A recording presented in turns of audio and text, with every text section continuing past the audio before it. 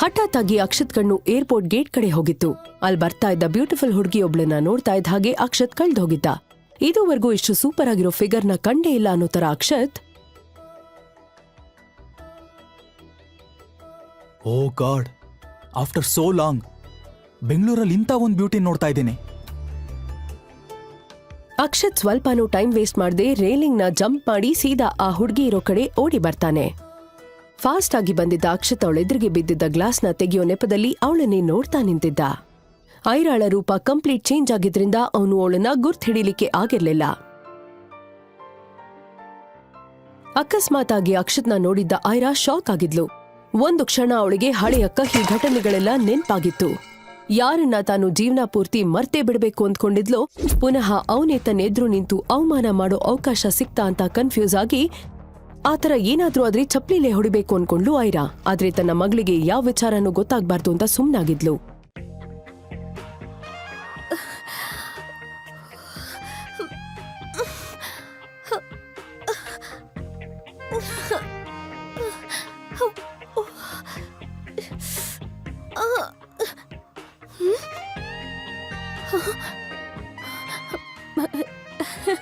ಲಕ್ಷ್ಮಿ, ನಿನ್ ಮೇಲಾಣೆ, ನಿನ್ಗೆ ಮೆಷರ್ಮೆಂಟ್ ಕೊಟ್ಮೇಲೆ ನಾನ್ ಜಸ್ಟ್ ಸಲಾಡ್ ಡಯಟ್ ಅಲ್ಲೇ ಇದ್ದೀನಿ. ಪ್ಲೀಸ್ ನನ್ನ ಹತ್ರ ನೋಡ್ಬೇಡ, ಆಲ್ರೆಡಿ ಟೈಮ್ ಆಗ್ತಿದೆ ಅಂತ ತನ್ನ ಕಡೆ ಸಿಟ್ಟಿಂದ ನೋಡ್ತಾ ಇದ್ದ ಲಕ್ಷ್ಮಿಯನ್ನ ನೋಡ್ತಾ ಮುದ್ದಾಗಿ ಹೇಳಿದ್ಲು ಐರಾ. ಇವತ್ತು ಐರಾಳ ಮದ್ವೆ. ಈ ದಿನಕ್ಕಾಗಿ ಅವಳು ಎಷ್ಟು ದಿನದಿಂದ ಕಾದಿದ್ಲು, ಹೇಗೆಲ್ಲ ರೆಡಿ ಆಗ್ಬೇಕು ಅಂತ ಕನ್ಸನ್ನ ಕಂಡಿದ್ಲು ಅವಳಿಗ್ ಮಾತ್ರ ಗೊತ್ತು. ಈ ನಡುವೆ ಲಕ್ಷ್ಮಿ ಬ್ಲೌಸ್ ಹುಕ್ ಹಾಕೋದಕ್ಕೆ ಹೋದ ಫೋರ್ಸ್ಗೆ ಬ್ಲೌಸ್ ಅಲ್ಲಿದ್ದ ಹುಕ್ ಕಟ್ ಆಗಿ ಕೆಳಕ್ ಬಿತ್ತು. ಐರಾ ಲಕ್ಷ್ಮಿ ಒಬ್ರು ಮುಖ ಒಬ್ರು ನೋಡ್ತಾ ನಿಂತ್ಕೊಂಡ್ಬಿಟ್ರು. ಆ ಟೈಮ್ಗೆ ಸರಿಯಾಗಿ ಐರಾಳ ಅಪ್ಪ ಸೂರ್ಯಪ್ರಕಾಶ್ ಬಾಗಿಲು ಬಡ್ದಿದ್ರು. ಐರಾ, ಐರಾ, ಇನ್ನೆಷ್ಟೊತ್ತು? ಮೇಕಪ್ ಮಾಡ್ಕೊಂಡಿದ್ ಸಾಕು, ಬೇಗ ಬಾ. ನೀನ್ ಎಷ್ಟೇ ರೆಡಿ ಆದ್ರೂ ಕೂಡ ಎಮ್ಮೆಗೆ ಸೀರೆ ಉಡಿಸ್ದಂಗಿರತ್ತೆ. ಏನೋ ರಾವ್ ಅವ್ರಿಗೆ ನನ್ನ ಕಂಡ್ರೆ ಅದೇನೋ ಗೌರವ, ಹಾಗಾಗಿ ನೀನ ಮನೆ ತುಂಬಿಸ್ಕೊಳಕ್ ಒಪ್ಕೊಂಡ್ರು. ಅಕ್ಷತ್ ಈಗಾಗ್ಲೇ ಆಲ್ರೆಡಿ ಬೇಜಾರಲ್ಲಿದ್ದಾನೆ, ಅವನು ಕೋಪ ಬರಕ್ ಮೊದ್ಲು ಬಂದ್ ಕುತ್ಕೋ ಅಂತ ಹೇಳಿ ಹೊರಟೋದ್ರು ಐರಾಳ ಅಪ್ಪ ಸೂರ್ಯಪ್ರಕಾಶ್. ಆ ಮಾತನ್ನ ಕೇಳಿಸ್ಕೊಂಡ ಲಕ್ಷ್ಮಿ ಸಮಾಧಾನ ಮಾಡೋದಕ್ಕೆ ಮುಂದಾದ್ಲು. ಐರಾ ಕಣ್ಣಲ್ಲಿ ನೀರ್ ತುಂಬಿಕೊಂಡಿದ್ರು ಅದನ್ನ ಕಂಟ್ರೋಲ್ ಮಾಡ್ಕೊಳ್ತಾ ಲಕ್ಷ್ಮಿ ಕಡೆ ನೋಡ್ತಾ ಸಣ್ಣದಾಗಿ ಸ್ಮೈಲ್ ಮಾಡ್ತಾ ತನಗಾದ ಅವಮಾನವನ್ನ ಮನ್ಸಲ್ಲೇ ಮುಚ್ಚಿಟ್ಟು, ನೀನೇನ್ ಫೀಲ್ ಆಗ್ಬೇಡ, ಅಪ್ಪ ಯಾವಾಗ್ಲೂ ಹಿಂಗೇನೆ, ಏನಾದ್ರೂ ಒಂದ್ ಹೇಳ್ತಾನೆ ಇರ್ತಾರೆ ಅಂತ ಹೇಳ್ತಾ ಇದ್ರೆ ಲಕ್ಷ್ಮಿಗೆ ಐರಾ ಅವಳ ನೋವನ್ನ ಮುಚ್ಚಿಡೋದಕ್ಕೆ ನೋಡ್ತಾ ಇದ್ದಾಳೆ ಅಂತ ಗೊತ್ತಾಗಿ ತಾನು ಕೂಡ ಬೇಜಾರಲ್ಲಿರೋದನ್ನ ಮರೆಮಾಚಿ, ಲಕ್ಷ್ಮಿ ಏನಾದ್ರೂ ಮಾಡು, ಬೇಗ ಹೋಗ್ಬೇಕು, ಈ ಬ್ಲೌಸ್ ನ ಸೆಟ್ ಮಾಡು. ಹೇ, ಅಲ್ಲಿ ಕ್ಲಿಪ್ ಎತ್ತಲ್ಲ, ಕ್ಲಿಪ್ ಹಾಕ್ ನೋಡು. ಅದೇ ಕಣೆ, ಈ ಅಪ್ಪಂದ್ರ ಯಾವಾಗ್ಲೂ ಹೀಗೇನೆ. ಆದ್ರೂ ನಿನ್ಗೇನ್ ಕಡ್ಮೆ ಅಕ್ಕ, ನಿನ್ ಮುಖ ನೋಡಿದ್ರೆ ಆ ಚಂದ್ರನೇ ನಾಚ್ಕೊಳ್ತಾನೆ. ನಾನೇನಾದ್ರೂ ಹುಡ್ಗ ಆಗಿದ್ರೆ ಸಿನಿಮಾದಲ್ಲಿ ಹೀರೋ ತರ ಫೈಟ್ ಮಾಡಿ ನಿನ್ನ ಎತ್ತ ಹಾಕೊಂಡ್ ಹೋಗಿ ಮದ್ವೆ ಆಗ್ತಿದ್ದೆ.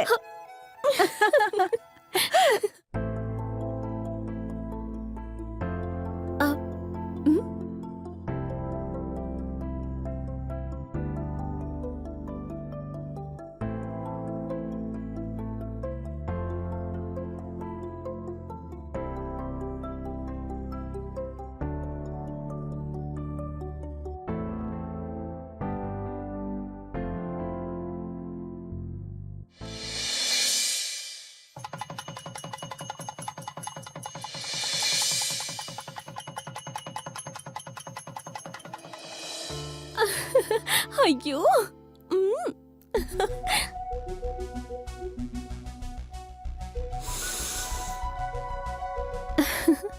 ನೋಡಮ್ಮ, ಅಕ್ಷತ್ ಬಂದ್ರೆ ಮೊದ್ಲು ಕಾಲಿಗ್ ಬಿದ್ದು ಆಶೀರ್ವಾದ ತಗೊಂಡ ಮೇಲೆ ಹಾಲ್ ಕೊಡು. ಅಯ್ಯೋ, ಟೆನ್ಷನ್ ಬೇರೆ.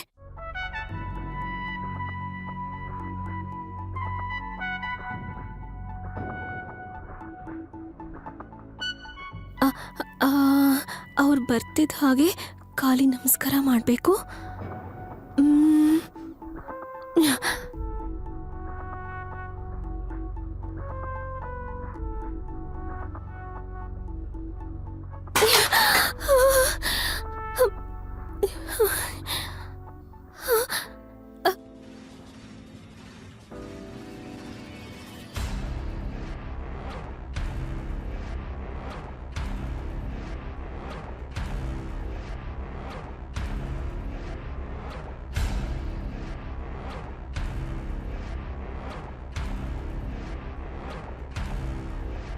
ಈ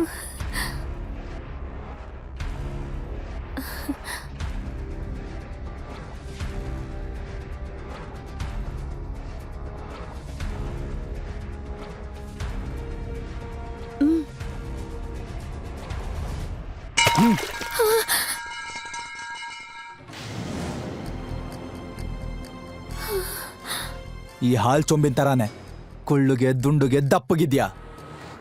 ನೀನ್ ಬಂಡೆ ತರ ಇದ್ಯಾ, ಅದಕ್ಕೆ ಆ ಥರ ಚೊಂಬ್ ಹಿಡ್ಕೊಂಡ್ ಬಂದಿದ್ಯಾ ಸರಿ. ಆದ್ರೆ ನಾನ್ ನಿನ್ ತರ ಇಲ್ಲ ಅಲ್ವಾ? ಅಂದ್ರೆ ನಿನಗ್ ಬುದ್ಧಿ ಇಲ್ವಾ? ಮನುಷ್ಯನಾದವನ್ ಯಾರಾದ್ರೂ ಅಷ್ಟೊಂದು ಹಾಲು ಕುಡಿತಾನ? ಅಷ್ಟಕ್ಕೂ ನಿನ್ನಲ್ಲ ನಮ್ಮ ಅಪ್ಪನ್ಗೆ ಹೇಳ್ಬೇಕು. ನಿನ್ನಲ್ಲಿ ಅದೇನ್ ನೋಡುದ್ನೋ ಏನೋ, ನನ್ಗಿಷ್ಟ ಇಲ್ಲ ಅಂತ ಹೇಳಿದ್ರು ನಿನ್ನಂತ ಬಂಡೆಕಲ್ನ ನನ್ ಗಂಟು ಹಾಕ್ತಾ. ಈ ಮದ್ವೆನ ನಾನು ಒಪ್ಕೊಳ್ಳೋದಿಲ್ಲ. ಒಂದು ಕ್ಷಣನೂ ನಾನ್ ನಿನ್ ಜೊತೆ ಇರಲ್ಲ. ನನ್ ಮುಖದ ಮೇಲೆ ಮೀಸೆ ಬಂದಾಗಿಂದ ನಾನ್ ಫಸ್ಟ್ ನೈಟ್ ಬಗ್ಗೆ ಎಷ್ಟೋ ಪ್ಲಾನ್ ಹಾಕೊಂಡಿದ್ದೆ, ಎಷ್ಟು ಬ್ಯೂಟಿಫುಲ್ ಆಗಿ ಮೆಮೊರಬಲ್ ಆಗಿರುತ್ತೆ ಅನ್ಕೊಂಡಿದ್ದೆ.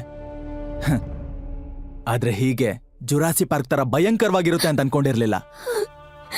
ನಿನ್ನ ನೋಡ್ತಾ ಇದ್ರೇನೆ ಮೈಯಲ್ಲೆಲ್ಲ ಕಂಬಳಿ ಹುಳ ಓಡಾಡ್ದಂಗಾಗತ್ತೆ. ನಿನ್ನನ್ ಮುಟ್ಟಿದ್ರೆ ಅಷ್ಟೇ, ನೀನ್ ಕೂಡ ಹೀಗೆ ಕೆಳಗ್ ಬಿದ್ದಿರೋ ಹಾಲಿನ ತರ ಯಾವತ್ತೂ ನನ್ ಕೈ ಸೇರೋದಕ್ಕಾಗಲ್ಲ. So better stay away from me fatty. Akshat Akshat Akshat Akshat. ನನ್ನ ಹೆಸರು ಐರಾ. ನನ್ನಮ್ಮ ತೀರ್ಕೊಂಡಾಗ ನಂಗಿನ್ನೂ 7 ವರ್ಷ. ನಮ್ಮಮ್ಮ ತೀರ್ಕೊಂಡು ಸ್ವಲ್ಪ ದಿನಕ್ಕೆ ಅಪ್ಪ ಇನ್ನೊಂದು ಮದ್ವೆ ಆಗಿ ಚಿಕ್ಕಮ್ಮನ ಕರ್ಕೊಂಡ್ ಮನೆಗ್ ಬಂದಿದ್ರು. ಇದಿನ್ಮೇಲಿಂದ ನಿನ್ ಮನೆ ಅಲ್ಲ. ನಾನ್ ಪರ್ಮಿಷನ್ ಇಲ್ದೆ ಇನ್ನೊಂದ್ಸಾರಿ ಈ ರೂಮ್ ಒಳಗ್ ಬಂದ್ರೆ ಕಾಲ್ ಮುರಿತೀನಿ. ನನ್ ಚಿಕ್ಕಮ್ಮ ಮತ್ತವ್ರ ಮಗಳು ಯಾವಾಗ್ಲೂ ನನ್ ಜೊತೆ ಕೆಟ್ಟದಾಗಿ ನಡ್ಕೊಳ್ತಿದ್ರು.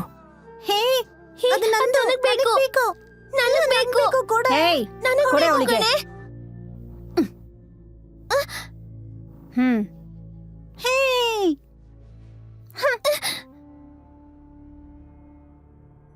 ನಾನ್ ನೋಡೋದಕ್ ತುಂಬಾನೇ ಸುಂದರವಾಗಿದ್ದೆ. ಇವಳು ಇಷ್ಟೊಂದು ಚಂದ ಕಾಣಿಸ್ತಾಳ. ಮಾಡ್ತೀನಿ. ಅದ್ ತಡ್ಕೊಳಕ್ಕಾಗ್ದೆ ಚಿಕ್ಕಮ್ಮ ಏನೋ ಒಂದ್ ಕಾರಣ ಹೇಳ್ತಾ ನಂಗ್ ಹೊಡಿತಿದ್ರು. ಏನೇ ಇದು? ಸರಿಯಾಗಿ ತೊಳಿ. ಐರಾ ತಗೋ ಕುಡಿ. ಕುಡಿ, ನಾಟಕ ಆಡ್ಬೇಡ. ಕುಡಿ, ವೇಸ್ಟ್ ಮಾಡ್ದೆ ಕುಡಿ.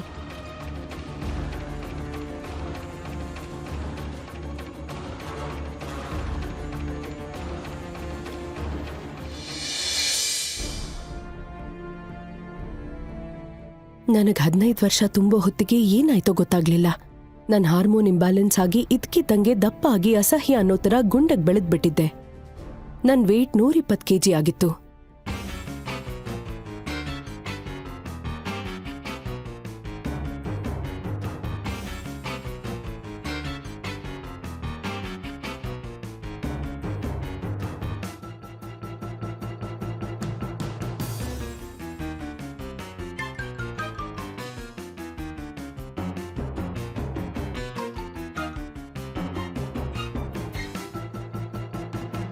ನನ್ ಚಿಕ್ಕಮ್ಮ ಯಾರಿಗೂ ಗೊತ್ತಾಗ್ದೇ ಇರೋ ತರ ಏನೋ ಮೆಡಿಸಿನ್ ಕೊಡ್ತಿದ್ಲು.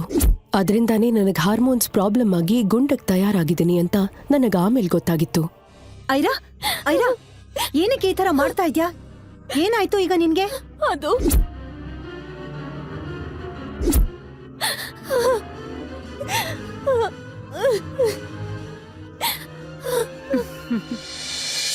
ಹೀಗಿದ್ದಾಗ ಒಂದಿನ ನನ್ಗೊಂದ್ ಸಂಬಂಧ ಬಂದಿತ್ತು.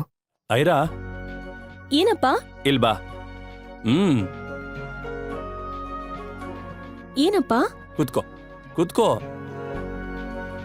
ಅಪ್ಪ, ನಿನಗೆ ಅಂತ ಒಂದು ಹುಡುಗನ ಹುಡುಕಿದೀನಿ. ಈ ಫೋಟೋ ನೋಡು, ತಗೋ.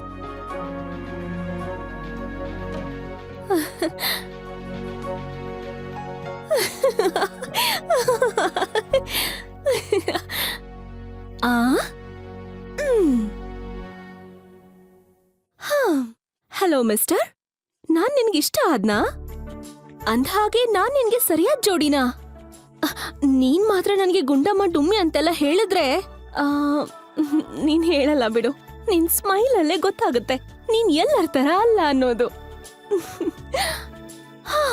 ಅರೆರೆ,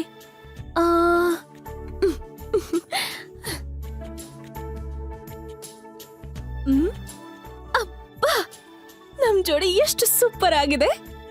ದೃಷ್ಟಿ ಆದ್ರೆ ಕಷ್ಟ. ಒಂದ್ ನಿಮಿಷ.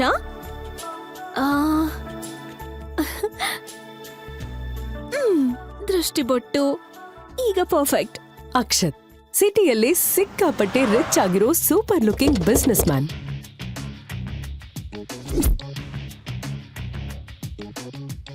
ಏಯ್, ನಾನ್ ಮದ್ವೆ ಆಗ್ಬೇಕಾಗಿರೋ ಹುಡುಗಿಗೆ ಮಿನಿಮಮ್ ಬ್ಯೂಟಿ ಆದ್ರೂ ಇರಬೇಕು. So don't show me this Gauramma kind of girls. ನಮಸ್ಕಾರ ಅಳಿ ಅಂದ್ರೆ. ಬನ್ನಿ.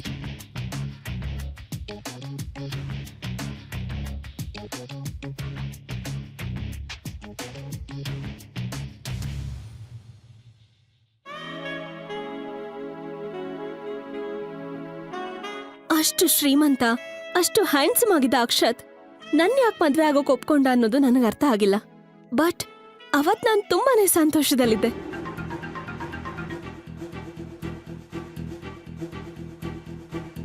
ಇನ್ಮೇಲೆ ಎಲ್ಲ ಸರಿ ಹೋಗುತ್ತೆ ಅನ್ಕೊಂಡಿದ್ದೆ. ಆದ್ರೆ ಮದ್ವೆ ಆದ್ಮೇಲೆ ಈ ತರ ಪ್ರಾಬ್ಲಮ್ ಶುರುವಾಗತ್ತೆ ಅಂತ ನನ್ ಕನ್ಸಲ್ಲೂ ಯೋಚನೆ ಮಾಡಿರ್ಲಿಲ್ಲ.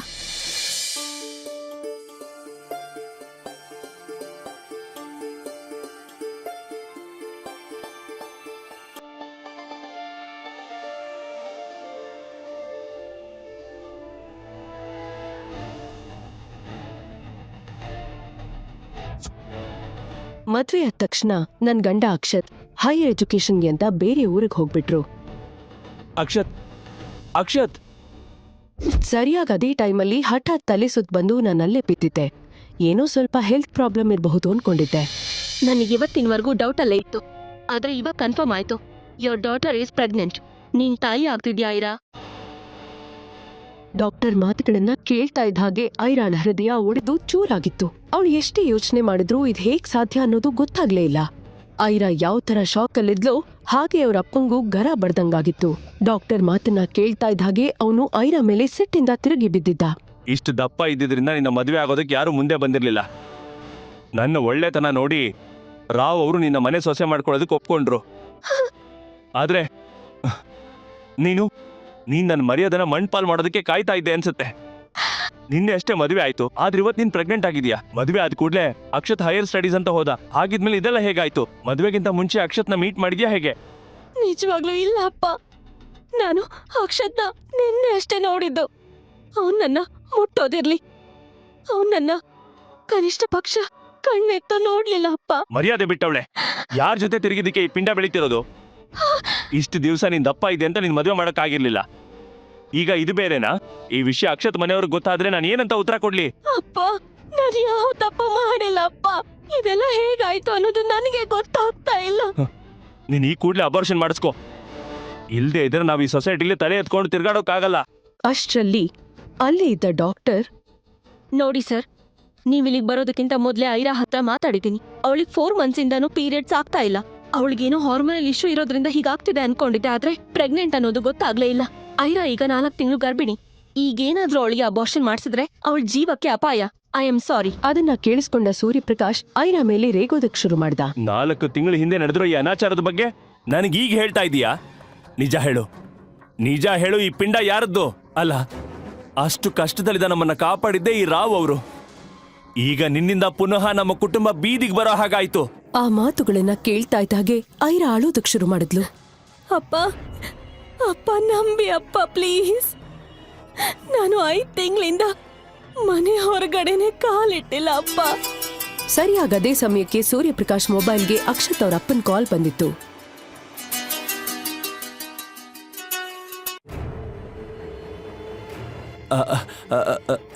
ರಾವ್ ಅವರೇ ನಮಸ್ತೆ.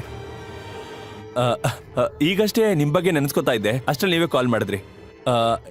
ಹೇಳಿ ರಾವ್ ಅವರೇ, ಅಲ್ಲೆಲ್ಲ ಓಕೆನಾ?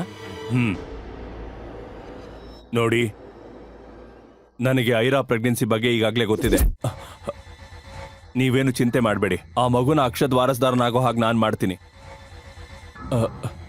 ಯಾವುದೇ ಪರಿಸ್ಥಿತಿ ಬಂದರೂ ಐರಾನ ಅಕ್ಷತ್ ಬಿಟ್ಟು ಹೋಗ್ದಿರೋ ಥರ ನಾನು ನೋಡ್ಕೋತೀನಿ. ಸರಿ ಬೀಗ್ರೆ. ಅಂದ್ಹಾಗೆ ಐರಾ ಗರ್ಭಿಣಿ ಅನ್ನೋ ವಿಷಯ ರಾವ್ ಅವರಿಗೆ ಹೇಗ್ ಗೊತ್ತಾಯ್ತು? ಐರಾಳನ್ನ ಹುಷಾರಾಗಿ ನೋಡ್ಕೊಂತ ಅಕ್ಷತಪ್ಪ ಯಾಕೆ ಸೂರ್ಯಪ್ರಕಾಶ್ಗೆ ಹೇಳಿದ್ರು? ಅಷ್ಟಕ್ಕೂ ಅಕ್ಷತ್ ಐರಾಳನ್ನ ಇಷ್ಟ ಇಲ್ದೇ ಇದ್ರು ಮದ್ವೆ ಯಾಕಾದ? ಚಿಕ್ಕಮ್ಮ, ನೀವಾದ್ರೂ ನನ್ ಮಾತ್ ಕೇಳಿ ಚಿಕ್ಕಮ್ಮ, ಪ್ಲೀಸ್ ಚಿಕ್ಕಮ್ಮ. ಐರಾಗ್ ಡೆಲಿವರಿ ಆಗೋವರೆಗೂ ಅವಳನ್ನ ಮನೇಲೇ ಇರೋ ತರ ನೋಡ್ಕೊಳ್ಳೋದಕ್ಕೆ ಅಕ್ಷತಪ್ಪ ರಾವ್ ಅವರು ಸೂರ್ಯಪ್ರಕಾಶ್ ಹೇಳ್ತಾರೆ. ಅದೇ ರೀತಿ ಈ ವಿಷಯ ಯಾರಿಗೂ ಗೊತ್ತಾಗದೇ ಇರೋ ತರ ನೋಡ್ಕೊಳ್ಳೋದಕ್ಕೆ ಹೇಳಿದ್ರು. ಇನ್ನು 5 ತಿಂಗಳು ಅಕ್ಷತ್ ಊರ್ ಕಡೆ ಬರೋದಿಲ್ಲ ಅನ್ನೋದು ಗೊತ್ತಿದ್ದ ರಾವ್ ಐರಾ ಪ್ರೆಗ್ನೆಂಟ್ ಆಗಿರೋ ವಿಷಯವನ್ನ ಅವನಿಂದಾನು ಮುಚ್ಚಿಡೋದಕ್ಕೆ ಹೇಳ್ತಾರೆ. ರಾವ್ ಮಾತಿಗೆ ಒಪ್ಕೊಳ್ಳೋ ಸೂರ್ಯಪ್ರಕಾಶ್ ಅವ್ರು ಹೇಳ್ದಂತೆ ಮಾಡೋ ಯೋಚನೆಗೆ ಬರ್ತಾರೆ. ಆದ್ರೆ ಐರಾಳ ಅಪ್ಪ ಸೂರ್ಯಪ್ರಕಾಶ್ಗೆ ಇದುವರೆಗೂ ಅರ್ಥ ಆಗದೆ ಇರೋ ವಿಷಯ ಏನು ಅಂದ್ರೆ ಐರಾ ಪ್ರೆಗ್ನೆಂಟ್ ಅನ್ನೋ ವಿಷಯ ರಾವ್ ಅವರಿಗೆ ಹೇಗ್ ಗೊತ್ತಾಯ್ತು, ಈ ಅಕ್ರಮ ಸಂತಾನವನ್ನ ಅವ್ರ ವಾರಸ್ದಾರನನ್ನಾಗಿ ಯಾಕೆ ಒಪ್ಕೊಳ್ತಾ ಇದ್ದಾರೆ ಅನ್ನೋದು. ಮಾರನೆಯ ದಿನ ಕಳೆದ 5 ತಿಂಗಳ ಸಿಸಿಟಿವಿ ಫುಟೇಜ್ ನೋಡಿದ ಅವರಿಗೆ ಆಶ್ಚರ್ಯ ಕಾದಿತ್ತು. ಅಂದ್ರೆ ಐರಾ ನಿಜಾನೇ ಹೇಳ್ತಿದ್ದಾಳೆ. ಕಳೆದ 5 ತಿಂಗಳಿಂದ ಯಾವ ಗಂಡಸು ಮನೆಯೊಳಗ್ ಬಂದಿಲ್ಲ. ಐರಾನು ಕೂಡ ಮನೆಯಿಂದ ಎಲ್ಲೂ ಹೊರಗೆ ಹೋಗಿಲ್ಲ. ಹೌದು ಸರ್, ಐರಮ್ಮ ನಿಜಾನೇ ಹೇಳ್ತಾ ಇದ್ದಾರೆ. ಕಳೆದ 5 ತಿಂಗಳಿಂದ ಐರಮ್ಮ ಮನೆಯಿಂದ ಹೊರಗೆ ಹೋಗಿಲ್ಲ, ಹೊರಗಡೆಯಿಂದನೂ ಯಾರೂ ಬರ್ಲಿಲ್ಲ. ಐರಾ ಪ್ರೆಗ್ನೆನ್ಸಿ ಅವಳ ತಂದೆಗೆ ಒಂಥರ ಮಿಸ್ಟ್ರಿಯಾಗೆ ಉಳ್ಕೊಂಡಿತ್ತು. ಹಾಗಿದ್ರೆ ಇದೆಲ್ಲ ಹೇಗ್ ಸಾಧ್ಯ ಆಯ್ತು? ಐರಾ ಕೂಡ ತನ್ನ ಪ್ರೆಗ್ನೆನ್ಸಿ ವಿಷಯದಲ್ಲಿ ತುಂಬಾನೇ ತಲೆ ಕೆಡಿಸ್ಕೊಂಡಿದ್ಲು. ಅವಳು ಎಲ್ಲಾನು ಮರೆಯೋದಕ್ಕೆ ಶುರು ಮಾಡಿದ್ಲು. ಯಾರ್ ಜೊತೆಗೂ ಮಾತಾಡ್ತಾ ಇರ್ಲಿಲ್ಲ. ತನ್ನ ಹೊಟ್ಟೆಲಿ ಬೆಳೀತಾ ಇರೋ ಮಗು ಜೊತೆ ಮಾತಾಡ್ತಾ ಕಾಲ ಕಳೀತಿದ್ಲು. ಇನ್ ಸ್ವಲ್ಪ ದಿನದಲ್ಲೇ ನೀನು ಹೊರಗಡೆ ಪ್ರಪಂಚ ನೋಡ್ತೀಯ. ದರಿದ್ರ ಹಿಡ್ದಿರೋ ನನ್ ಲೈಫಲ್ಲಿ ಉಳ್ಕೊಂಡಿರೋ ಅದೃಷ್ಟ ಅಂದ್ರೆ ಅದು ನೀನೆ. ಹಾಯ್ ಚಿನ್ನಿ, ಬೇಗ ಬಂದ್ಬಿಡು. I am waiting for you. ಹೀಗಿದ್ದಾಗ ಒಂದಿನ ಅವಳ ಮನೆ ಮುಂದೆ ಇದ್ದ ಹೂವಿನ ಗಿಡಕ್ಕೆ ನೀರ್ ಹಾಕ್ತಿದ್ದಾಗ ಇದ್ದಕ್ಕಿದ್ದಂತೆ ಭೂಮಿ ಕಂಪಿಸೋ ತರ ಅನ್ನಿಸ್ತು. ಏನಾಗ್ತಾ ಇದೆ ಅಂತ ತಿಳ್ಕೊಳ್ಳೋದ್ರೊಳಗೆ ಅವಳ ಮನೆ ಮೇನ್ ಗೇಟ್ ಇಂದ ಒಂದು ಸ್ಪೋರ್ಟ್ಸ್ ಬೈಕ್ ಒಳಕ್ಕೆ ಬರ್ತಾ ಇತ್ತು. ಆ ಬೈಕಲ್ಲಿ ಬಂದವನನ್ನ ಕಂಡು ಐರಾ ಶಾಕ್ ಆದ್ಲು. ಇದ್ದಕ್ಕಿದ್ದ ಹಾಗೆ ಭಯ, ಟೆನ್ಷನ್ ಜಾಸ್ತಿಯಾಗಿ ಅವಳ ಹಾರ್ಟ್ ಜೋರಾಗಿ ಬಡ್ಕೊಳ್ಳೋದಕ್ಕೆ ಶುರುವಾಯ್ತು. ಅಲ್ಲಿಗೆ ಬಂದವನು ಬೇರೆ ಯಾರೂ ಆಗಿರ್ಲಿಲ್ಲ, ಐರಾಳ ಗಂಡ ಅಕ್ಷತ್. ಎದುರಿಗೆ ಅಕ್ಷತ್ನ ನೋಡ್ತಾ ಇದ್ದಂಗೆ ಐರಾಳ ಟೆನ್ಷನ್ ಇನ್ನಷ್ಟು ಜಾಸ್ತಿ ಆಗಿತ್ತು. ಅವಳು ಗಾಬರಿಯಲ್ಲಿ, ನೀನು 5 ತಿಂಗಳು ಬಿಟ್ಕೊಂಡ್ ಬರ್ಬೇಕಿತ್ತಲ್ವಾ? ನಿನ್ ಮರ್ಯಾದೆ ಬಿಟ್ ಕೆಲ್ಸಕ್ಕೆ ಕೊನೆನೇ ಇಲ್ವಾ? ಕಳ್ಳ ಪೊಲೀಸ್ನ ಕೇಳೋ ತರ ನನ್ನ ಕೇಳ್ತಾ ಇದ್ಯಾ? ಛೀ! ಇದನ್ನ ಕೇಳಿಸ್ಕೊಂಡ ಐರಾಳಿಗೆ ಒಂದೇ ಸಾರಿ ತಲೆ ತಿರುಗೋದಕ್ಕೆ ಶುರುವಾಯ್ತು. ಅವಳಿನ್ನೇನು ತಲೆ ತಿರುಗಿ ಬೀಳ್ಬೇಕು ಅನ್ನೋವಷ್ಟರಲ್ಲಿ ಸೂರ್ಯಪ್ರಕಾಶ್ ಕಾರು ಮೇನ್ ಗೇಟಿಂದ ಒಳಗ್ ಬಂದಿತ್ತು. ಸೂರ್ಯಪ್ರಕಾಶ್ ಅಕ್ಷತ್ನ ನೋಡ್ತಾ ಇದ್ದ ಹಾಗೆ ಹತ್ರ ಬಂದು, ಓಹೋ ಅಳಿಯಂದ್ರೆ, ಸಡನ್ ಆಗಿ ಬರ್ತೀನಿ ಅಂತ ಕಾಲ್ ಮಾಡಿದ್ರಿ. ಕಾಲೇಜ್ಗೆ ಹಾಲಿಡೇ ಶುರು ಆಯ್ತಾ? ಮದ್ವೆಯಾಗಿ 4 ತಿಂಗಳು ನಂತರ ಬಂದಿದ್ದೀನಿ. ಇದೇನಾ ನೀವು ನಿಮ್ಮ ಹಳ್ಳಿಯನ್ ವೆಲ್ಕಮ್ ಮಾಡೋ ರೀತಿ? ಏನೋ ಇಲ್ಲಿ ತುಂಬಾ ಬದಲಾವಣೆ ಆಗಿರೋ ತರ ಇದೆ. ಅಕ್ಷತ್ ಐರಾ ಹೊಟ್ಟೆಯನ್ನೇ ನೋಡ್ತಾ ತನ್ನ ಜೇಬಲ್ಲಿದ್ದ ಡ್ರಿಂಕ್ಸ್ ಬಾಟಲ್ ತೆಗೆದು ಕುಡಿಯೋದಕ್ಕೆ ಶುರು ಮಾಡ್ದ. ಬಂದಾಗಿಂದಾನು ಅವನ್ ಕಣ್ಣು ಐರಾಳ ದಪ್ಪ ಹೊಟ್ಟೆಯ ಮೇಲೆ ಇತ್ತು. ಸಿಚುವೇಶನ್ನ ಡೈವರ್ಟ್ ಮಾಡ್ಬೇಕು ಅಂತ ಸೂರ್ಯಪ್ರಕಾಶ್ ಅಕ್ಷತ್ಗೆ, ಬನ್ನಿ ಅಳಿಯಂದ್ರೆ, ಒಳಗೆ ಹೋಗಿ ಕೂತ್ ಮಾತಾಡೋಣ. ನೋಡಿ ಅಳಿಯಂದ್ರೆ, ನಿಮ್ಗೆ ಈ ಮದ್ವೆ ಇಷ್ಟ ಇರ್ಲಿಲ್ಲ ಅನ್ನೋದು ನನ್ಗೆ ಅರ್ಥ ಆಗತ್ತೆ. ನಿಮ್ಗೆ ಅರ್ಥ ಆಗಿರೋ ವಿಷಯ ನಮ್ಮ ಅಪ್ಪನ್ಗೆ ಯಾಕೆ ಅರ್ಥ ಆಗ್ತಾ ಇಲ್ಲ? ಬೇಡ ಅಂದ್ರು ಈ ಬಂಡೆಕಲ್ ತರ ಇರೋಳ್ನ ನಾನು ಬಲವಂತವಾಗಿ ಮದ್ವೆ ಮಾಡಿದ್ರು. ಇವಾಗ ಈ ಅಕ್ರಮ ಸಂತಾನನು ನನ್ ತಲೆ ಕಟ್ಟೋದಕ್ ನೋಡ್ತಿದ್ದಾರೆ. ಈ ಡುಮ್ಮಿನ ನನ್ ತಲೆ ಕಟ್ಟಿ ನನ್ ಮೇಲೆ ಯಾಕೆ ಹಾಗೆ ತಿರ್ಸ್ಕೊಳ್ತಾ ಇದ್ದೀರೋ ಗೊತ್ತಿಲ್ಲ. ಇವಳು ನೋಡ್ದಾಗ್ಲೆಲ್ಲ ನಾನ್ ಮಾಡದೇ ಇರೋ ತಪ್ಪಿಗೆ ಶಿಕ್ಷೆ ಅನ್ಭವಿಸ್ತಾ ಇರೋ ತರ ಅನ್ನಿಸ್ತಾ ಇದೆ. ಇವಳ ಜೊತೆ ಒಂದು ಕ್ಷಣನೂ ಇರೋಕಾಗ್ದೇ ಇದ್ದಿದ್ದಕ್ಕೆ ತಾನೆ ನಾನ್ ಮದ್ವೆ ಮಂಟಪದಿಂದಾನೆ ಹೊರಟೋಗಿದ್ದು. ಅಕ್ಷತ್ ಅಷ್ಟು ಜೋರಾಗಿ ಕೂಗ್ತಾ ಇದ್ರೆ ಅಷ್ಟು ಟೈಮಿಂದ ತನ್ನಲ್ಲೇ ಹಿಡಿದಿಟ್ಕೊಂಡಿದ್ದ ಸಿಟ್ಟನ್ನ ನಾನ್ ಸ್ಟಾಪ್ ಆಗಿ ಹೊರಗೆ ಹಾಕಿದ್ದ. ಇನ್ನು ಅವಳ ಮೇಲಿದ್ದ ಸಿಟ್ಟು ಕಡಿಮೆ ಆಗದೆ ಐರಾಳನ್ನ ನೋಡಿ ನಾಚಿಕೆ ಬಿಟ್ಟವಳನ್ನ, ಯಾರ್ದೋ ಮಗುನ ಹೊಟ್ಟೆಲಿ ಇಟ್ಕೊಂಡು ನನ್ನನ್ ಮದ್ವೆ ಮಾಡ್ಕೊಂಡ್ಲು. ಇಷ್ಟೆಲ್ಲ ಆದ್ರೂ ಇವತ್ ನನ್ ಮುಂದೆ ಹೇಗ್ ಮರ್ಯಾದೆ ಇಲ್ದೆ ನಿಂತಿದ್ದಾಳೆ. ಅದೇಗ್ ಅನ್ಕೊಂಡಿದ್ಯಾ ಹುಟ್ಟೋ ಮಗುಗೆ ನನ್ನ ಇನ್ಶಿಯಲ್ ಸಿಗುತ್ತೆ ಅಂತ? ಯಾರ್ದೋ ಮಗುನ ರಾವ್ ಅವ್ರ ಕುಟುಂಬದ ವಾರಸ್ದಾರ ಮಾಡ್ಬೋದು ಅಂತಾನಾ? ಅಕ್ಷತ್ ಮಾತನ್ನ ಕೇಳ್ತಾ ಇದ್ದ ಹಾಗೆ ಐರಾ ಮನ್ಸಲ್ಲಿ ನೋವಿಗಿಂತ ಕೋಪ ಹೆಚ್ಚಾಗಿತ್ತು. ಇಷ್ಟು ದಿನ ಬಾಡಿ ಶೇಮಿಂಗ್ ಆಗಿ ಅವಮಾನಕ್ಕೊಳಗಾಗಿದ್ದ ಐರಾಗೆ ಇನ್ನು ಹುಟ್ಟದೇ ಇರೋ ಮಗು ಬಗ್ಗೆ ಅಕ್ಷತ್ ಕೆಟ್ಟದಾಗಿ ಮಾತಾಡ್ತಿರೋದು ಸಹಿಸ್ಕೊಳ್ಳೋದಕ್ಕೆ ಆಗ್ಲಿಲ್ಲ. ಯಾರೋ ಒಬ್ಬ ತನ್ನ ಮಗು ಬಗ್ಗೆ ಕೆಟ್ಟದಾಗಿ ಹೇಳ್ತಾ ಇದ್ರೆ ನಾನ್ ಯಾಕೆ ಸುಮ್ನಿರ್ಬೇಕು ಅಂತ ಅನ್ಕೊಂಡು ಮಗು ಬಗ್ಗೆ ಯೋಚನೆ ಮಾಡ್ತಾ ಐರಾ ಒಂದೇ ಸಮನೆ ಧೈರ್ಯದಿಂದ, ಸಾಕು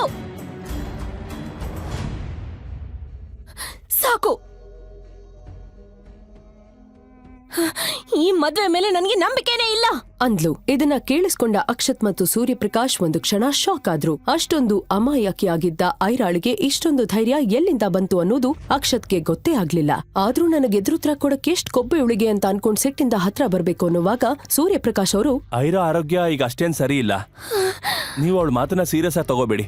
ಒಂದ್ ವೇಳೆ ಹುಟ್ಟ ಮಗುವಿಂದ ನಿಮ್ಗೆ ತೊಂದರೆ ಆಗತ್ತೆ ಅಂದ್ರೆ ಆ ಮಗುನ ಹುಟ್ಟಿದ ಕೂಡ್ಲೆ ಐರಾಯಿಂದ ನಾನು ಆ ಮಗುನ ಶಾಶ್ವತವಾಗಿ ದೂರ ಮಾಡ್ತೀನಿ. ನಿಜ ಅಳಿ ಅಂದ್ರೆ ನನ್ ಮಾತ್ ನಂಬಿ. ಸ್ವಂತ ತಂದೆಯ ಬಾಯಿಂದ ಇಂಥದ್ದೊಂದು ಮಾತ್ನ ಕೇಳ್ತಾ ಇದ್ದ ಹಾಗೆ ಐರಾಕ್ ಶಾಕ್ ಆಗಿತ್ತು. ಅವಳ ತಂದೆ ಇಷ್ಟೊಂದು ಕಟುಕ ಅಂತ ಅನ್ಕೊಂಡಿರ್ಲಿಲ್ಲ. ಅವಳಿಗ್ ಒಂದು ಕ್ಷಣ ಉಸಿರು ನಿಂತೋಗೋ ತರ ಆಯ್ತು. ಸರಿಯಾಗ ಅದೇ ಸಮಯಕ್ಕೆ ಐರಾಳಿಗೆ ಹೆರಿಗೆ ನೋವು ಶುರುವಾಗಿತ್ತು. ಆ ನೋವು ತಡೆಯೋದಕ್ಕಾಗದೆ ಅವಳು ಕೆಳಗ್ ಬೀಳ್ತಾ ಇರುವಾಗ ಅಪ್ಪ ಸೂರ್ಯಪ್ರಕಾಶ್ ಅವಳನ್ನ ಹಿಡ್ಕೊಂಡ. ಅರ್ಜೆಂಟಲ್ಲಿ ಅಪ್ಪ ಆಂಬ್ಯುಲೆನ್ಸ್ ಕಾಲ್ ಮಾಡಿದ್ದ. ಇದೆಲ್ಲವನ್ನ ನೋಡ್ತಾ ಇದ್ದ ಅಕ್ಷತ್ ತನಗೂ ಇದಕ್ಕೂ ಸಂಬಂಧನೇ ಇಲ್ಲ ಅಂದ್ಕೊಂಡು ಕನಿಕರ ಇಲ್ದೆ ಅಲ್ಲಿಂದ ಹೊರಟು ಹೋಗ್ತಾನೆ. ಕತ್ಲಾಗ್ತಾ ಇದ್ದ ಹಾಗೆ ಐರಾಳಿಗೆ ನಿಧಾನವಾಗಿ ಪ್ರಜ್ಞೆ ಬರೋದಕ್ಕೆ ಶುರುವಾಗಿತ್ತು. ಮಗು ಕೂಗ್ತಾ ಇರೋ ಶಬ್ದ ಕಿವಿಗ್ ಬಿದ್ದಿದ್ದೆ ತಡ ಅವಳ ಕಣ್ಣು ನಿಧಾನವಾಗಿ ಓಪನ್ ಆಗಿತ್ತು. ನಿಮ್ಗೆ ಅವಳಿ ಚೌಳಿ ಮಕ್ಳು ಮೇಡಮ್. ಒಂದು ಸ್ವೀಟ್ ಲಿಟಲ್ ಗರ್ಲ್, ಇನ್ನೊಂದು ಕ್ಯೂಟ್ ಬಾಯ್.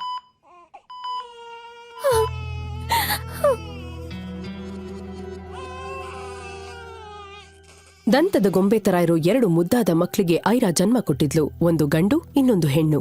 ಆ ಮಕ್ಳನ್ನ ನೋಡ್ತಾ ಇದ್ದಂತೆ ಐರಾ ತನ್ನೆಲ್ಲ ನೋವನ್ನ ಮರ್ತೋಗಿದ್ಲು.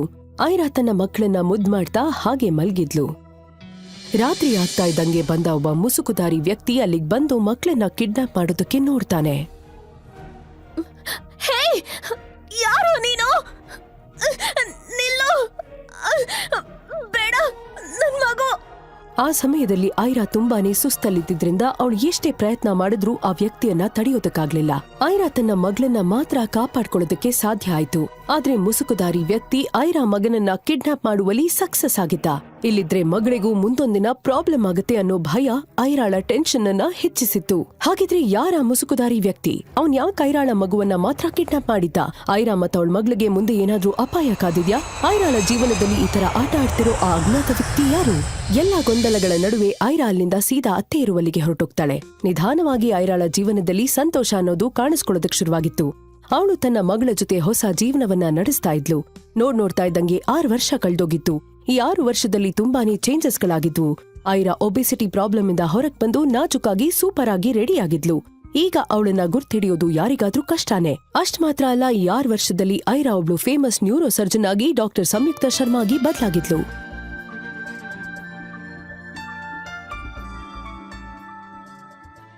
ಐರಾ, ಇನ್ನು ಎಷ್ಟು ದಿನ ನೀನ್ ಹೀಗೆ ಕೊರಗ್ತಾ ಇರ್ತೀಯಾ? ನೀನ್ ಮನಸ್ಫೂರ್ತಿಯಾಗಿ ನಗಾಡಿದನ್ನ ನೋಡಿ ಅದೆಷ್ಟು ದಿನ ಆಯ್ತು ಗೊತ್ತಾ?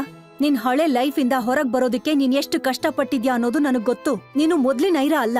ನವ್ you are one of the top neuro surgeon of the city, doctor Samyuktha Sharma. You are not a helpless women anymore. ನಿನ್ನ ನೋಡಿದ್ರೆ ನನ್ಗೆ ತುಂಬಾನೇ ಹೆಮ್ಮೆ ಆಗತ್ತೆ. ಆದ್ರೆ ನೀನ್ ಈ ತರ ಇರೋದು ನನಗ್ ಸ್ವಲ್ಪನೂ ಇಷ್ಟ ಆಗ್ತಾ ಇಲ್ಲ. ಅತ್ತೆ, ಈ 6 ವರ್ಷದಲ್ಲಿ ನನ್ ಮಗ ಏನಾಗಿದ್ದಾನೆ ಅನ್ನೋದೇ ಗೊತ್ತಾಗ್ತಾ ಇಲ್ಲ. ಅಪ್ಪ ಅಂತೂ ನೀನ್ ಹೇಗಿದ್ಯಾ ಅಂತ ಒಂದಿನಾನು ಫೋನ್ ಮಾಡಿ ಕೇಳಿಲ್ಲ. ಅಂದ್ಹಾಗೆ ನನ್ ಲೈಫಲ್ಲಿರೋ ಅಷ್ಟು ಮಿಸ್ಟ್ರಿ ಇನ್ನೆಲ್ಲೂ ಇರಲ್ಲ ಅನ್ಸುತ್ತೆ. ಐರಾಳ ಅಪ್ಪ ಸೂರ್ಯಪ್ರಕಾಶ್ 6 ವರ್ಷದಲ್ಲಿ ಒಂದಿನಾನು ಅವಳಿಗೆ ಕಾಲ್ ಮಾಡಿರ್ಲಿಲ್ಲ. ಆದ್ರೆ ಇವತ್ತು ಬೆಳಗ್ಗೆ ಸಡನ್ ಆಗಿ ಕಾಲ್ ಮಾಡಿ, ಹಲೋ ಐರಾ, ನೀನ್ ಅರ್ಜೆಂಟ್ ಆಗಿ ನೆಕ್ಸ್ಟ್ ಫ್ಲೈಟ್ ಬುಕ್ ಮಾಡ್ಕೊಂಡು ಬೆಂಗಳೂರಿಗೆ ಬಾ. ತುಂಬಾನೇ ಇಂಪಾರ್ಟೆಂಟ್. ಬಂದ್ಮೇಲೆ ನಿನ್ಗೆಲ್ಲ ವಿಷಯ ಹೇಳ್ತೀನಿ. ಅಲ್ಲ, ಅದು ಅದನ್ನ ಕೇಳಿಸ್ಕೊಂಡ ಐರಾಳಿಗೆ ಟೆನ್ಷನ್ ಜಾಸ್ತಿ ಆಗಿತ್ತು. ಏನಾಯ್ತು ಅಂತ ಅತ್ತೆ ಕೇಳಿದ್ದಕ್ಕೆ, ಡ್ಯಾಡಿ ಕಾಲ್ ಮಾಡಿದ್ರು. ನಾನು ಈಗಲೇ ಬ್ಯಾಂಗ್ಳೂರಿಗೆ ಹೋಗ್ಬೇಕಂತೆ. ಸಡನ್ ಆಗಿ ಏನಾಯ್ತೋ ಏನೋ, ತುಂಬಾನೇ ಅರ್ಜೆಂಟ್. ಅಲ್ಲಿ ಬಂದ್ಮೇಲೆ ಎಲ್ಲ ಹೇಳ್ತೀನಿ ಅಂತ ಹೇಳಿದ್ರು. ನಿಜ ಹೇಳ್ಬೇಕಂದ್ರೆ ಐರಾಗೆ ಬೆಂಗಳೂರು ಅಂದ್ರೇನೆ ಭಯ ಹುಟ್ಟಿಸಿತ್ತು.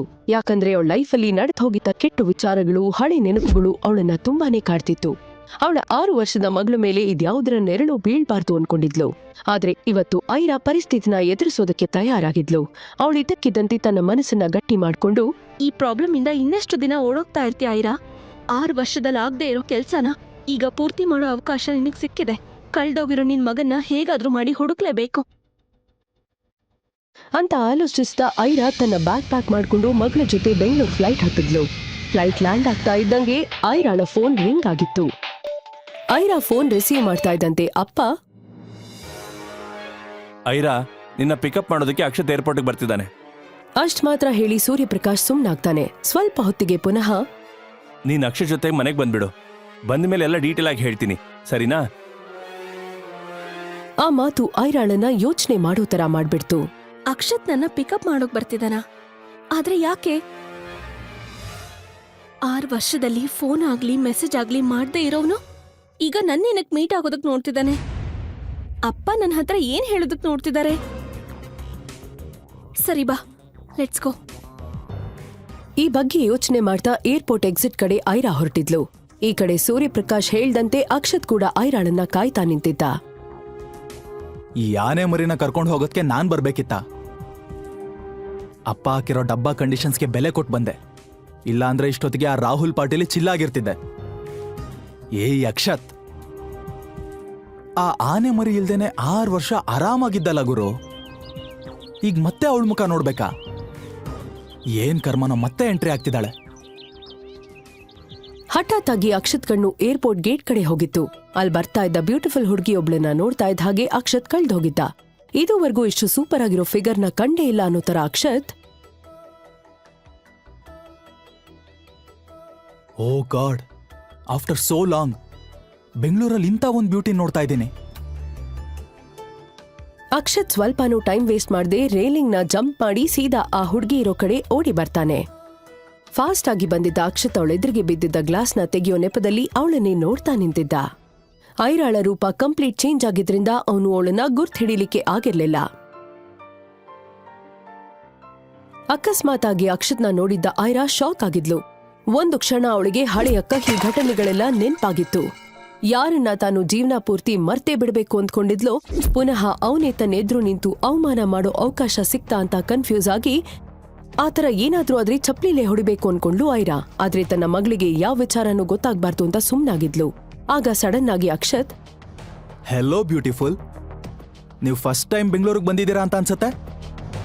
ಯಾಕಂದ್ರೆ ನಾನ್ ನಿಮ್ಮನ್ನ ಇದಕ್ಕೂ ಮೊದಲು ಬೆಂಗಳೂರಲ್ಲಿ ನೋಡಿರ್ಲಿಲ್ಲ. ಅದನ್ನ ಕೇಳಿಸ್ಕೊಂಡ ಐರಾಗೆ ಅವಾಗ ಅರ್ಥ ಆಗಿತ್ತು ಅಕ್ಷತ್ ತನ್ನನ್ನ ಗುರ್ತ್ ಹಿಡಿಲಿಲ್ಲ ಅನ್ನೋದು. ಅಕ್ಷತ್ ಮಾತನ್ನ ನೆಗ್ಲೆಕ್ಟ್ ಮಾಡ್ತಾ ಟ್ಯಾಕ್ಸಿ ಡ್ರೈವರ್ಗೆ ಕಾಲ್ ಮಾಡ್ತಾಳೆ ಐರಾ. ಹಲೋ, ಎಲ್ಲಿದ್ದೀರಾ ಅಣ್ಣ? ಎಂಟ್ರೆನ್ಸ್ ಅಲ್ಲಿ ಇದೀನಿ ಮೇಡಮ್, ಬಂದೆ. ಸರಿ. ಅವಳು ಮರ್ತೇ ಬಿಡ್ಬೇಕು ಅನ್ಕೊಂಡಿರೋರಲ್ಲಿ ಅಕ್ಷತ್ ಕೂಡ ಒಬ್ಬ. ಆದ್ರೆ ಅಕ್ಷತ್ ಮಾತ್ರ ಅವಳನ್ನ ಅಡ್ಡ ಹಾಕ್ತಾ, ಹೇ, ಟ್ಯಾಕ್ಸಿ ಯಾಕೆ? ನಿನಗೆ ಎಲ್ಲಿಗೆ ಹೋಗ್ಬೇಕು ಅಂತ ಹೇಳು, ನಾನಲ್ಲಿ ಡ್ರಾಪ್ ಮಾಡ್ತೀನಿ.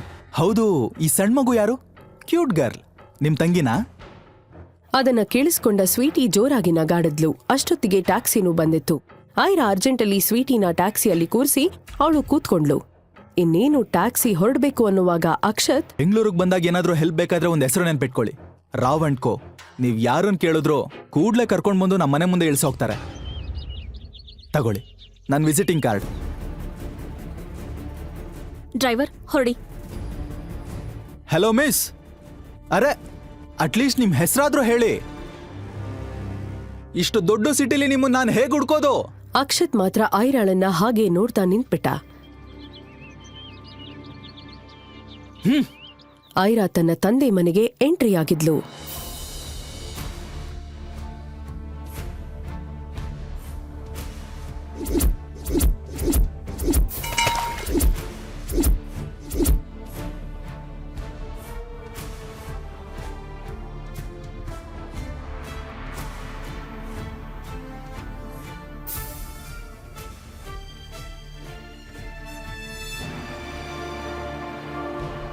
ಐರಾಳನ್ನ ನೋಡ್ತಾ ಇದ್ದ ಹಾಗೆ ಅವಳ ತಂದೆ ಸೂರ್ಯಪ್ರಕಾಶ್, ಐರಾ, ನೀನ್ ಬಂದ್ಬಿಟ್ಯಾ?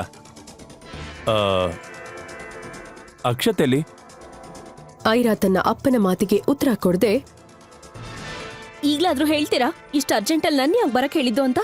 ಐರಾಳ ಅಪ್ಪ ತಡಬಡಿಸ್ತಾ, ಅಶ್ವಿನಿ, ಅಶ್ವಿನಿ,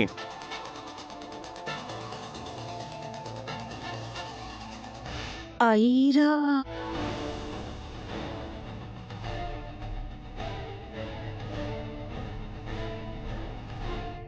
ಐರಾ, ನೀನು 2 ಪೇಪರ್ಸ್ ಮೇಲೆ ಸೈನ್ ಹಾಕ್ಬೇಕು. ಯಾವ್ದಾ ಪೇಪರ್ಸ್? ನೀನು ಅಕ್ಷತ್ ಬೇರೆ ಆಗಿ 6 ವರ್ಷ ಆಯ್ತು.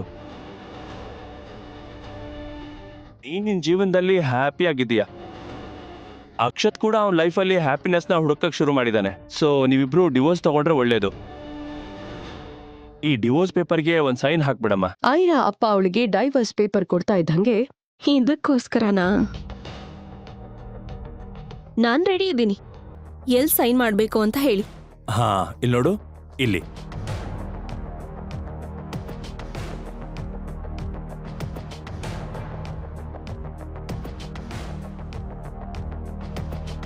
ಹಿಂದೂ ಮುಂದೂ ಯೋಚನೆ ಮಾಡದೆ ಅದರಲ್ಲಿ ಸೈನ್ ಮಾಡಿದ ಐರಾ, ಅಪ್ಪ, ಅಕ್ಷತ್ ಅವ್ರಪ್ಪಂಗೆ ನಾವು ಡಿವೋರ್ಸ್ ತಗೊಳ್ಳೋದು ಇಷ್ಟ ಇಲ್ಲ ಅಂತ ಹೇಳ್ತಿದ್ರಿ, ಮತ್ತೆ ಅವರೀಗ ಇದಕ್ಕೆ ಒಪ್ಕೊಂಡಿದ್ದಾರಾ?